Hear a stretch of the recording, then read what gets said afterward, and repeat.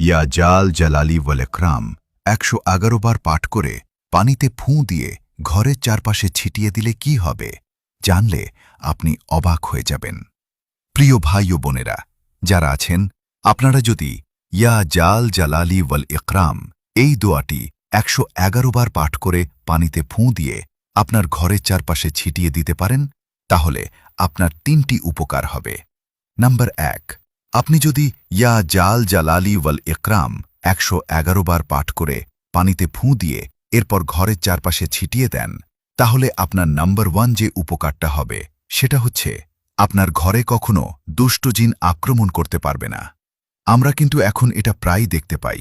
দেখা যায় অনেক ছোট বাচ্চাদেরকে জিনে আক্রমণ করে এবং তাদের অনেক ক্ষতি করে। আবার দেখা যায় আপনার পরিবারে ভাই হোক বা বোন হোক, অনেককেই দুষ্ট জিন দ্বারা আক্রমণ হয় এবং তাদের অনেক ক্ষতি করে ফেলে। আপনি যদি এই আমলটি করতে পারেন, তাহলে কিন্তু দুষ্ট জিনের আক্রমণ থেকে বাঁচতে পারবেন। দুষ্ট জিন আপনাদের কোনো ক্ষতি করতে পারবে না এবং আপনার ঘরে কখনো দুষ্ট জিন প্রবেশ করতে পারবে না। নাম্বার ২, আপনি যদি এই আমলটি করতে পারেন, তাহলে আল্লাহ তাআলা আপনাদেরকে সকল ধরনের বিপদ আপদ, বালা মুসিবত ও অশান্তি থেকে হেফাজত করবেন। আমরা কেউই জানি না কখন কোন দিক থেকে আমাদের জীবনে বিপদ এসে পড়ে। কখনো অসুস্থতা, কখনো অভাব অনটন, আবার কখনো পারিবারিক অশান্তি আমাদের জীবনকে কষ্টে ভরে দেয়। কিন্তু মনে রাখবেন, যার রব আল্লাহ, তার ভয় কিসের?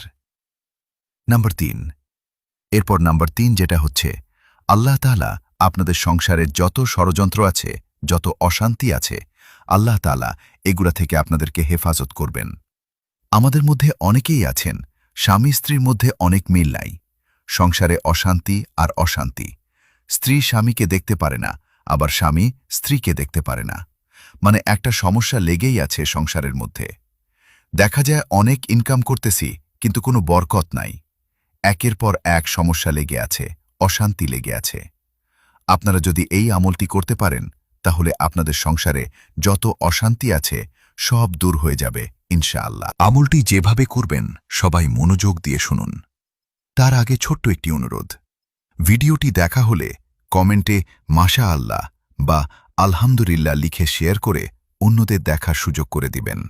আপনি ভাবতেও পারবেন না আপনার মাধ্যমে কত কোটি মানুষ এই আমলটি করবে, আর এর বিনিময়ে আপনিও অসংখ্য নেকির অংশীদার হবেন ইনশাআল্লাহ। প্রথমে ১ গ্লাস পানি নিবেন, তারপর ৩ বার দরুদ শরীফ পাঠ করবেন। দরুদের মধ্যে সবচেয়ে উত্তম হল আমরা নামাজের মধ্যে যে দরুদে ইব্রাহিম পাঠ করি। আপনারা চাইলে সেটি